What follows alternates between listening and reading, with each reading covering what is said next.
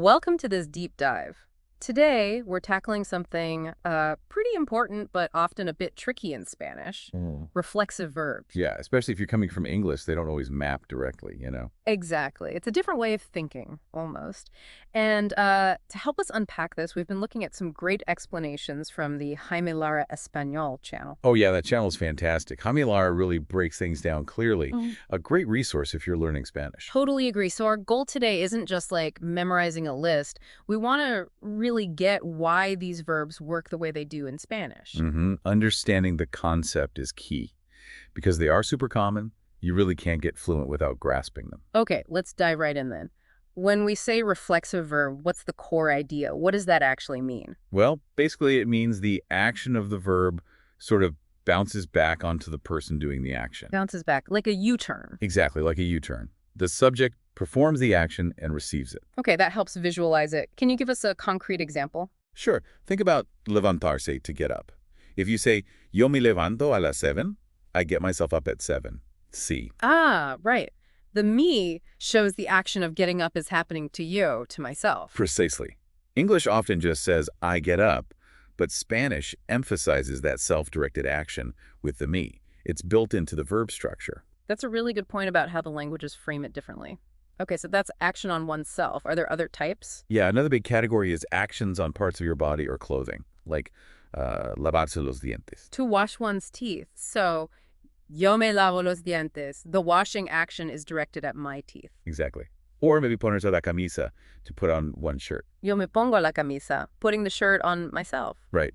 The action still relates directly back to you, even if it's on a specific part or item you possess. Makes sense. And it sounds like there are specific little words, pronouns that make this happen. Yes, those are the reflexive pronouns. They're absolutely essential. They signal that the verb is being used reflexively. Okay, let's get familiar with them. What are the Spanish reflexive pronouns? Okay, there are 6. For yo, I, it's me. Got it. Yo me, like in yo me levanto. Exactly. For tú, you, in formal singular, it's te, so tú te. Okay, seeing the pattern here. Then for él, ella, in usted, that's he, she, in the formal you, it's se. Se, right. For all three of those. Yep, se covers the third person singular and the formal you. So él se, usted se. Good to remember. What about plural? For nosotros or nosotras, we, it's nos, nosotros, nos. This one often feels pretty logical. Yeah, nos for nosotros. That makes sense. Then for vosotros or vosotras, you all, informal, mainly in Spain, it's us, vosotros, os. Okay, os. And finally for ellos, ellas and ustedes, they, and the formal Latin American you all, it's se again. Ah, so se does double duty. Third person singular and third person plural, plus the formal use. Exactly. So you've got mi, te, se, nos, os, se. Knowing these pairings is fundamental. You can't really use reflexive verbs without them. Right, it's like the cornerstone. Okay, so we have the verbs, we have the pronouns. How do they fit together in a sentence? What's the usual order? It's actually pretty consistent. Usually it's subject, then the reflexive pronoun, then the conjugated verb, and then any extra info, the complement. Subject plus pronoun plus verb plus complement. Okay, let's try that with an example. The Jaime Lara channel used yo me llamo Pepe. Perfect example. Yo, subject. Me, reflexive pronoun matching yo. Llamo, the conjugated verb from llamarse, to be called. Yeah. Pepe, the complement, the name. So the action of being called reflects back on yo.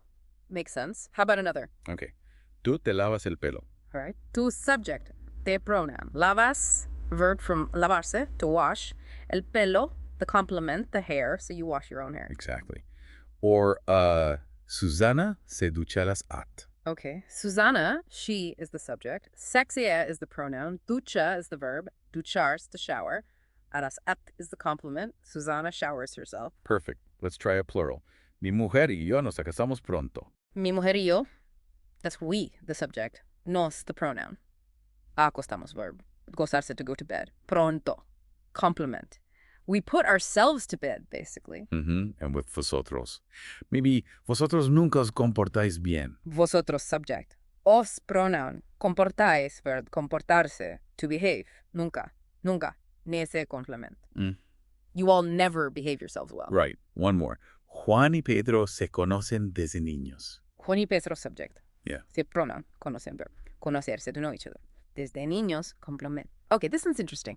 They know each other. Yes, they can also show reciprocal action like that. Yeah. They know each other. The action is still contained within the subject group. It involves both Juan and Pedro. Ah, okay. So that pronoun is really the key signal in all these sentences. It absolutely is. Now, are there particularly verbs that pop up reflexively more often than others? Kind of a greatest hits list? Oh, definitely. You use them all the time, especially talking about routines, like peinarse, To comb one's hair. right, vestirse, Get dressed. Yep. Mirarse. look at oneself, like in a mirror. Exactly.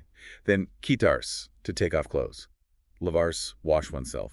Bañarse, bathe oneself. Oh, Dormirse, to fall asleep. It's sort of framed as something you do to yourself.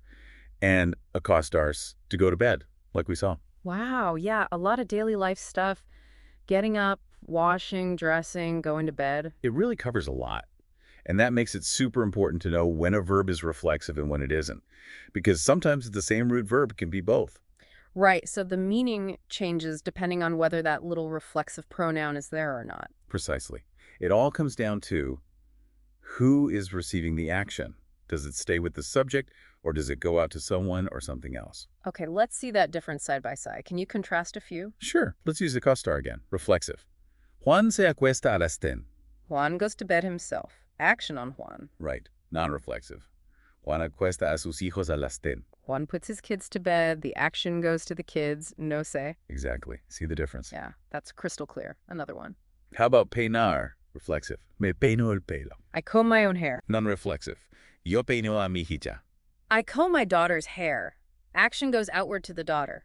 Perfect. So, asking who gets the action is a really good check. Definitely. Now, I've heard some verbs change their meaning quite a bit more dramatically when they become reflexive. Is that right? Oh, yes. That's a really interesting category. The meaning shift can be quite significant. No, okay, let's look at some of those. That sounds important for avoiding confusion. It really is. Yeah. Okay, first pair. Despedirse versus despedir Despedirse. means to say goodbye. Like, yo me despido de vosotros. I say goodbye to you all. Okay, makes sense. And despedir without the se. That means to fire someone.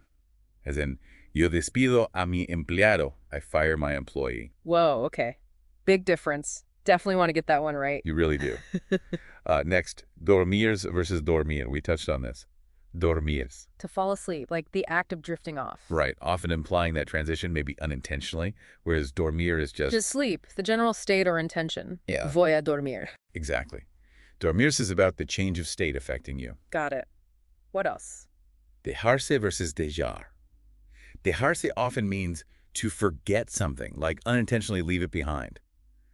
Me he dejado las llaves. I've forgotten my keys, like I left them behind without meaning to. Right, but dejar means to leave something intentionally, or to allow, or to lend. Dejo las llaves aquí. I leave the keys here. Or, no me dejan salir. They don't let me go out. So dejarse is more like forgetting, almost passive, while dejar is active, leaving, or permitting. Precisely. How about in contrast and in contrar? Okay. In contrast can mean to feel like your health or mood. Mm. Me encuentro mal, I feel bad. Or it can mean to meet someone by chance, run into them. Me encontré con Maria. So it's about your internal state or an unplanned meeting. And contrar. That's simply to find something you were looking for. Encontré el libro. I found the book. Much more about a deliberate search ending successfully. Right, finding something external versus feeling something internal or meeting someone unexpectedly. Next. Ear versus ear. This is a common one. Ears means to leave, to go away from a place. Yeah. Me voy. I'm leaving. Like departing. Okay. And ear. Just to go to a place. Yeah. Voy a la tienda. I'm going to the store. See the difference in direction. Yeah. Ears is leaving from, or is going to. Subtle but important. Very. And one last pair. Llamarse versus llamare. Llamarse. We saw that. Me llamo Pepe. To be called your name. Right. What you are called. But llamar is. To call someone, like on the phone. Voy a llamar a mi mamá. Exactly. To make a call to someone else. Action directed outward. Wow. Okay, understanding those reflexive versus non-reflexive meanings is clearly crucial for, well, saying what you actually mean. It really is. It adds a whole layer of nuance that makes your Spanish sound much more natural. So let's quickly recap. Reflexive verbs.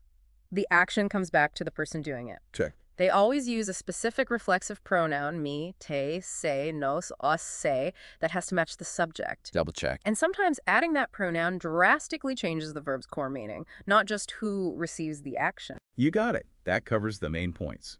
And, you know, if you want to really see these concepts explained clearly, maybe with more examples, Definitely check out the Jaime Lara Espanol channel. Absolutely. Jaime Lara does a fantastic job, and hearing it explained in Spanish by a native speaker like him is incredibly helpful for reinforcement. Yeah, so head over there, subscribe if you find it useful, maybe leave a comment, ask a question, or share something you learned about reflexives. And sharing his videos helps other learners find that great content too. Liking the videos also boosts their visibility. It all helps support creators like Jaime. Definitely. It's a great community resource. Engaging with it can really solidify this stuff. For sure. So as you keep learning, maybe pay attention to when you hear these say verbs. Think about how understanding them really unlocks a more expressive way of communicating in Spanish. It's quite rewarding. Thanks for digging into this with us today.